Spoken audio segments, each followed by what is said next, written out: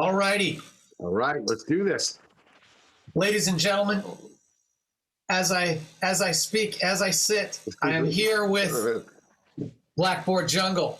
What's up? Hello. And not Blackboard Jungle with one original member and three cousins.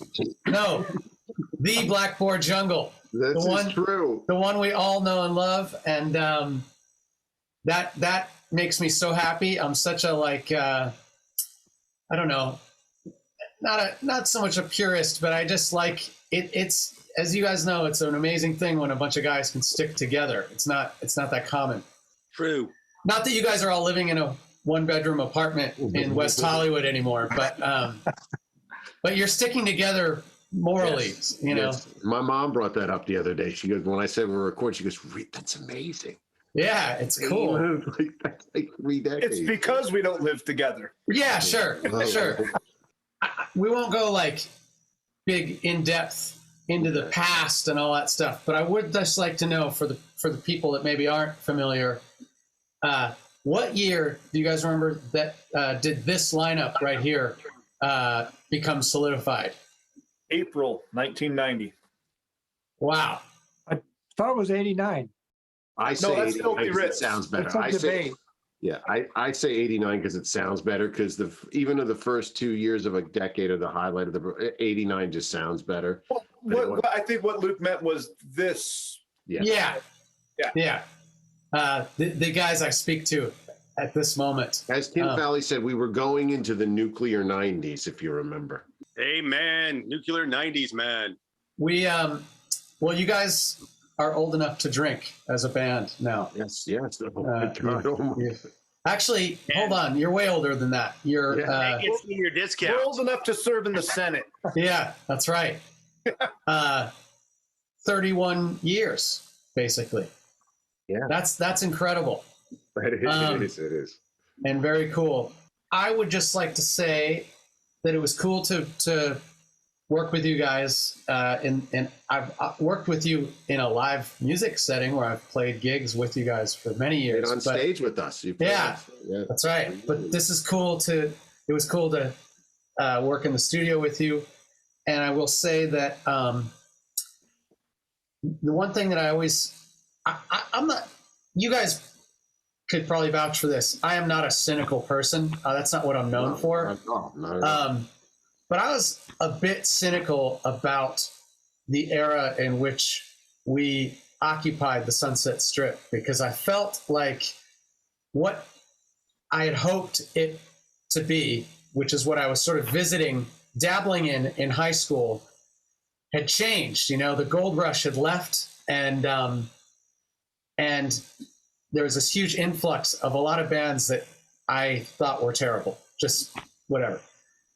But there was obviously, when there's that many bands, there's going to be some shining moments. And you guys were definitely one of those bands that I felt there was nothing odd about you in terms of what was going on, but it was something definitely different in terms of, there was like sort of a bubblegummy sort of, for lack of a better word, just kind of a basic, you know, street sleaze thing, that whatever those words, I just they make my, I don't know, but it was, yeah. They make my, like, it's like fingernails on a chalkboard to me. No, Luke, man. And you know what? Recording with you is amazing. I've done it with numerous bands with you, right? And yeah, you're just a pleasure, man. And you've always been, for years we've known you. I think what you're talking about is what the influx of Hollywood was girls in cars and, you know, sex and, you know, all that. Yeah. And Blackboard was seriously deeper. And, you know, even though that may have been what, you know, it's all about and what started the band, you know, we took it to another level, and you were part of that. I mean, we met you through Genevieve, right? Bridget Wright. Oh, Bridget, that's right. Oh, yeah. Right. I met Britt in Bridget's living room. Oh my gosh. Yeah, and Spalding. Spalding. Spalding. Before Kurt Cobain dreamed of a house on Spalding. But you guys, yeah, you definitely had like there was an influence that was darker than the sort of standard thing that was happening, which I always thought was cool. And like you say, it's not like you were so different as people and how you were going about your band, daily life. But the lyrics weren't like stupid shit like whiskey and back alley Cadillacs, and it's just there's just so much of that. And one of the good things was Kim Fowley obviously worked with him, who's a genius, and he said to me one time when we were starting it, you need to be like Axl Rose and sit Hollywood on its lap like you're its grandfather and tell its stories about the junkies and the this. And I went to bat with him. I remember in the parking lot of the Teaser, I said, but we're not about junkies. We're about missing our friends. We're about maybe not getting the girl. And he goes, gotta respect that, man. I'm not Slash. I don't shoot up in my eyeball. I remember I know Slash probably likes his mom, but I like my mom. I mean, we all were kind of like your mom, Billy. Yeah, we're all similar backgrounds. We're like not bad kids. I mean, we did things, but no one was a bad, evil, bad person that you couldn't leave in your house. They're going to steal your CDs and sell them for intravenous. Yeah. Drugs. You know what I mean? Yeah, but there's definitely an element of darkness that, and maybe I brought it, I mean, I have an element of darkness from my youth. Yeah. Which is just what the darkness came in on a toilet. But Brick, did you shave your head, bro? I did. You like that? Hey, man, Kim Fowley said, hey, man, this guy is Jim Morrison, man. You're the singer, but this guy's Morrison's personality, man. Kill a motherfucker. And when we're talking about darkness, I don't think it's that. When I met Dave, he was really into the band Vane. Uh-huh. And when you moved to Hollywood, I learned about Hanoi Rocks. We already like Faster Pussycat. So that's kind of a lot of the ingredients of the sandwich, I think. We all grew up on Crew. And they kind of sang about Hollywood, but then you get bands like the Sea Hags, Vane, Hanoi Rocks that really take you places. And you go, wow, this is as you get there and you go in apartments and you see that poster of Mike Monroe and like, oh, this is what these apartments, it's a bunch of girls with a trunk and a mattress and these stickers. Oh, you listen a little to The Cure with AC/DC and morphed into this thing that you could only have when you were there.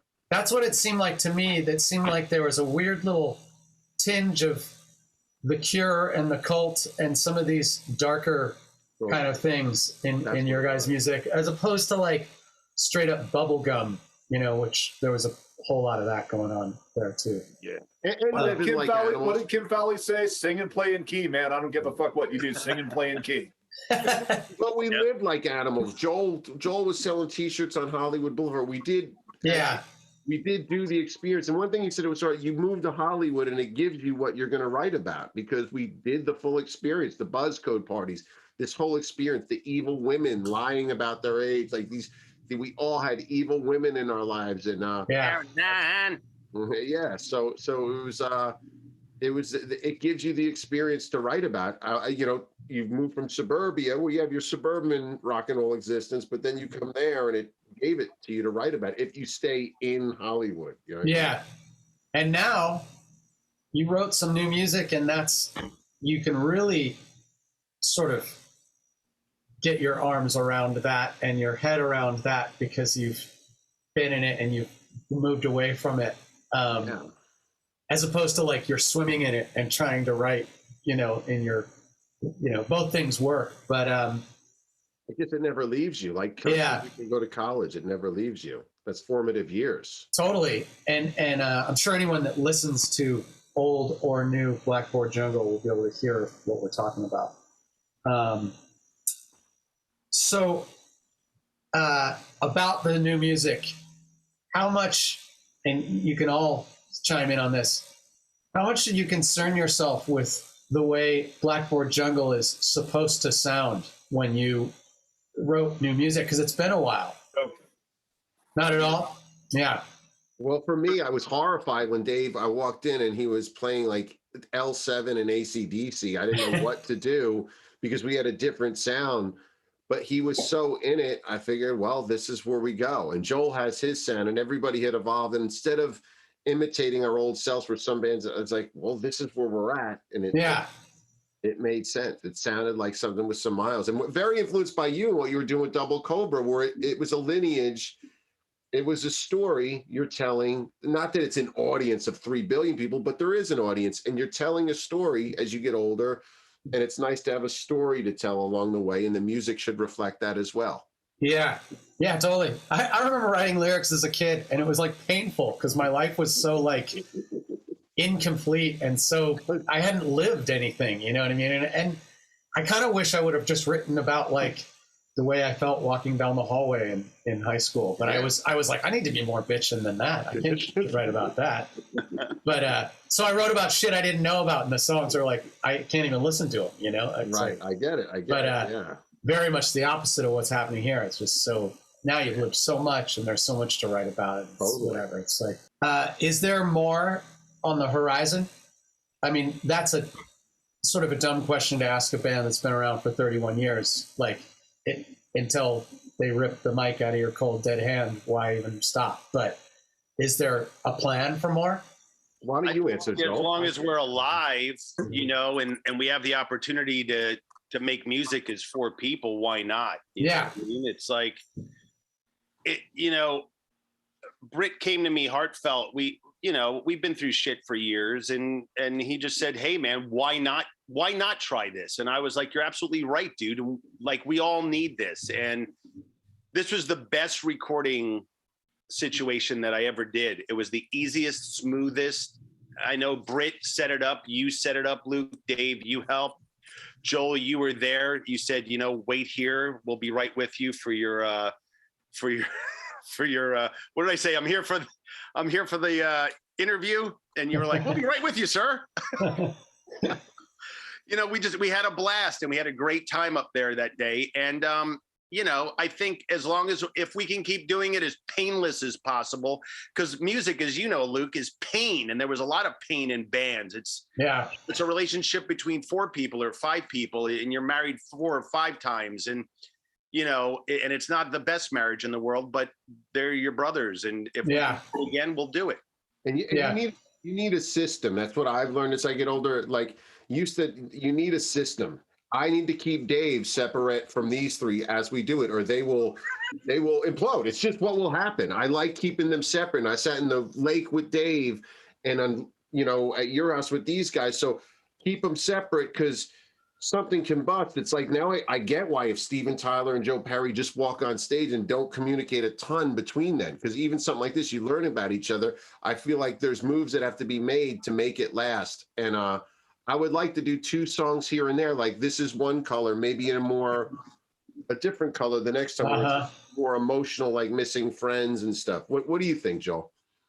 Oh, I mean, as long as we're having fun doing it and we're all loving what we're doing, why not keep it going? You know, I mean, it's and it's easy. I mean, it was like just to show up and here's something on the spot, pretty much, or a little bit before, and just not think about what you're doing and just playing in the moment, and then just forgetting about it. And then I still haven't heard any of the roughs or anything. It's great. I can't wait to hear it. But that's cool. We're gonna premiere them on Luke's show. Neither have I. I've heard parts, but it's all gonna be on. This is gonna be part of it on Friday, and it's while the people are watching this real. This is true that we're gonna do it on Luke's show. Well, I won't know what the songs were. Oh yeah, no, that's gonna be fun for you to hear it, and they're without tooting my own horn, your songs and Rick Parker's mix, I think you're going to be pleasantly surprised. I think you're going to be stoked. I'm stoked on the way it came out. Oh, I'm looking forward to it. Yeah. I'm kind of hoping for kick you in the guts, bone crunching rock and roll. That's where the chords were going. You know, I'm hoping for heavy. When I was working with Rick today on the final little bits, we were sitting there, and Rick goes, he's got his back. It's like this. This is my view of Rick, you know, like this, looking at the computer, and then he turned around like this.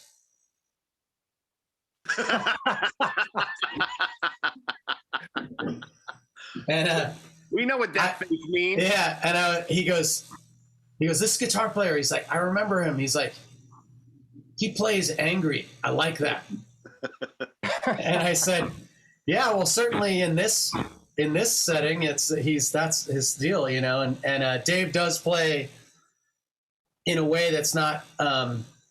There's people that have a real flimsy kind of light touch. You are not one of those people. You can hear your grip, and I kind of play like that too. I'm not as much of a guitar player, but what I do, I sort of do. I have a strong grip, as opposed to, you know, whatever. Busting urine, man. Dave's covered in it. But you are. I'd love to Luke, do you're some strong, and stuff that's where why- Dave busts out the Fender though, because some of that stuff we did back in the day, the guitar was so just so ambient and warm and just and it. I love that. Was another thing about Dave that's amazing is the versatility of is just phenomenal. So it's But funny you should bring it up, Joel. You and I don't know if you ever knew that I ever regarded you this way, but you and I actually had the deepest musical connection in this band. And I'm dying to hear what you did, because I know you did it the way I wanted you to do it. I just know it for a fact. You know, like when Dave does this, I go, I just know it's going to be there, dude. Well, let's hope so. But And- you know, and- no, that we have the Fleetwood Mac and the classic rock roots, Dave, are definitely there for. I know we love a lot of that stuff. So Yeah. And the thing is, Luke, you doing it, me and you obviously were close, but got super close, like this close, like people throw the word family around, but really like family-ish over this whole past 2 years. We do the late night calls, guys, you know, sit up late at night and talk. And I just knew that you would comprehend Dave, because Dave cannot like people that record him wrong and get very angry when people don't, as he would say, electric guitar. And I knew that you loved riffs and that would be great. And that you had recorded Kenny. I don't know if Joel played with you on that No Thanks stuff that was bombing. So I knew there was a spiritual bond in recording with you. That was really what made me want to do it, is that you were around, we had gotten close, and that was part of why I wanted to do it. You know what I mean? Yeah. I knew that every guy here, you're probably the only person that everybody felt a good thing about. That's cool. yeah, for sure. You know what this has all been about since day one, and the reason that this whole unit cohesion thing has happened between the four of us and with you, it's always about the song. It's always about serving the song. Sure. And I guarantee that everybody here, I'm sorry, I'm pointing at my Zoom screens right now. I guarantee that everybody here, when they did their parts, was thinking about what's good for the song. Totally. Blackboard Jungle has been about that for 30 years. Yeah. Dave, Yeah. very true. That definitely comes through in the music, and that's I've had this conversation with Britt before, but I've often felt like what would make every band a lot better when they go into record is if every guy in the band was put through the paces of producing like an album or two themselves, and so that they're not so hyper focused on just what they're doing, but have sort of a bigger picture thing, i.e. like playing for the song, like you said, like, because otherwise you're just like, oh, my bass needs to be the best bass that ever has bassed. You know, it's just like this thing, it's such a big deal. And as opposed to going like, wait a second, how's that going to sit in the thing? And anyway, again, maturity, people that have been in about doing it for so long, Luke. Right? Yeah. You know, everybody knows their place and their part and what's expected of them, and you know, just put it out there, man. And if you don't, then you don't belong. You know. Yeah, totally. And I think almost wrapping it up, one of the reasons, and I'm not just blowing you, Luke, is like that by listening to Double Cobra and you rocking but singing almost about aging, and it inspired me, because always in Blackboard Jungle I needed things these guys could relate to, that we all kind of universal themes, like what can we as a band all stand behind, because you Two guys have kids, two guys don't. What is our universal experience right now? I'm up late at night chasing, 20-year-old Latinos on the, like, it's just, but what's our common bond? And our common 2021, bond, bro. 21. Our common bond is hearing loss, Britt. Yeah. But our common bond is like that you really got to me. I've thought about it. Wasn't a girl, and you hear that you really is that Los Angeles never leaves us, and it's the bond we all share. Probably the biggest bond we all share here is that youth and that time spent, and it's almost like going to war or something. That that you just you don't it's like that Billy Joel. We'll all go down together. It's almost like that because a lot of people aren't still here physically. Yeah. A lot of people left the planet. That didn't make it. On Yeah, totally. Side. Totally. Will Shatner left and he came back. But, Some can do that. How many times have you said musica, musica, musica? Joel, why don't you wrap it up with how you feel? Since you've said a lot, but I want you to wrap it up because you have an insight to this band that's pretty cool. You really sit and look quietly and don't say too much. He's beautiful. Oh, Look at that like face, that. Adonis. He's like, I'm going to keep doing that. It's all of our different influences and where we all came from, all meshing together, kind of, from Britt and Kenny to the New Jersey, the Springsteen, and then the Bob Dylan, the lyrical content of yours, Britt, and Dave's, just rock guitar and just and my love for great songs and it just all made a great mix of all of our different influences over the years. So that's kind of what makes our band. And you said something that's beautiful many times to me because you've played with the biggest bands of any of us. Gene Loves Jezebel. You've played with the James, so many big bands. And you say there's nothing like having your own band that you wrote and really did the groundwork. Well, yeah, when you start something from the beginning that's yours and you from day one, and you all contribute equally, and like you and I used to do, Britain, would hash out those late nights up in Hollywood and Western and come up with the parts, rhythm section, and all that stuff. That we've done. It's all like each our own thing and only ours, which is great. So yeah, it's great to like play with other people and be hired as a musician and play with whatever. But there's nothing like your own thing, no matter who it is. So you're all an authority, as much an authority as there can be on Blackboard Jungle. You guys are all that. Exactly. It's your own, 100% yours, and that's from day one, which is the best part. So yeah, that's cool. Well, I think it's time for everybody to hear the new songs. What do you think? Yes, I have one more question for you. All right, let's hit it. That's sort of it can be efficiently answered. Oh yeah, take your time. What's the best thing that could come of these new recordings? You can go fantasy with it. What's the best? Love. All right. You know what I mean? We're brothers. This is a band of brothers. 30 plus years. So it's bringing us back. It's bringing us back together in a way. Well, I mean, unless you play shit right now. And then we'll all like just click off individually. Yeah. No, I think you're going to be happy about that. I think like one of the my proudest musical thing of this band and watching it taken down tomorrow is that we have our poster in the rainbow that used to be in my grandmother's living room is sitting above next to Eddie Van Halen's guitar. And when that goes away, we own our little piece of Sunset Strip history, as do the Fizzy Bangers. And lives were changed, babies were made, marriages have happened. So much is right here. But the lyrics about California and that experience that I think people that like us and come to us for that, when people sing these things, which I think there are singable back and shout them back at us the way they do a Blackboard Jungle song, I think we've achieved that thing that by the time we hit the Viper Room in June, that they will resonate back at us with that energy that is that common transfer of energy, which is why I love this band so much, that energy that takes place. That's way bigger than us. And it's not as big as Guns N' Roses, but it's as big as a Viper Room full of family and friends creating this thing. Nice. You guys answered with very spiritual answers to that question, as opposed to like, we're going to go platinum. Not me. Yeah, all right, hit me, Dave. Not Hit me. I'm 50 years old. There it is. And it makes me happy. Yeah. Still the Well, there youngest in the group. Yeah.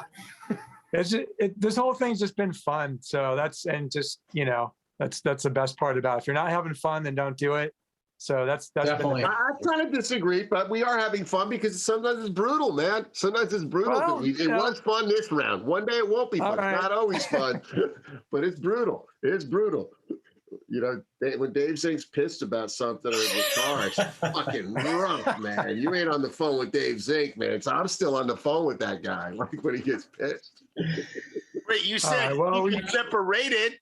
And I went to Arizona to start this thing on a lake, and I had a great time, and I love you, David. But so, well, there we go. All right. Well, friends, stoked to sit here in our individual boxes and talk to each other, but let's kick it out of the nest. Let's send it on its way. Thank you, guys. all right. Thank you. Thanks, Luke. Ladies and gentlemen, Blackboard Jungle. Let's do it.